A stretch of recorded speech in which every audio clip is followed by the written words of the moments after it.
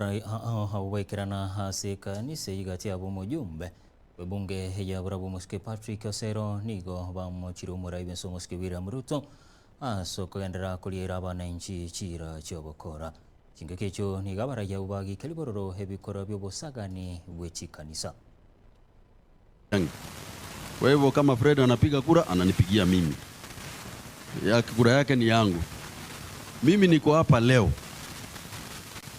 Na huyu president anaitwa William Ruto ako kwangu leo Kisii, Nyamira, na anaenda kuzindua kitu inaitwa University of Nyamira for the 5th time. Mara ngapi? Mara 5. Iko kwangu.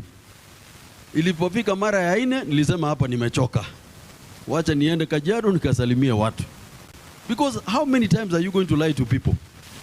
Honestly, you know, I looked at the Witima incident. Can you imagine siku zile wanapiga marisasi kwa magari pa. Can you imagine kama kuna mama alikuwa amechoka kwa kanisa, ameingia kwa gari, ananyonyesha mtoto kwa gari, alafu unapiga risasi kwa magari? Our country is going to the dogs.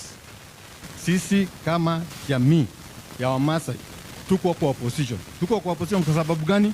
Tunaumia, tunanyanyazwa, ardhi inachukuliwa kila siku, hatuna uongozi. Hata wale wanatuambia ati wako UDA ama nini, hakuna kitu anatuletea hata kidogo.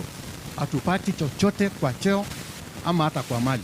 Kama kile kiko ni kwamba mali zetu zinaenda. Kwa hivyo nataka kuhakikishia viongozi hao wote wetu, sisi kama jamii ya Masai pali tumetoka, iwe Laikipia, iwe Baringo, iwe Kajiado, iwe kila mahali, tupo kwa opposition na tutakaa.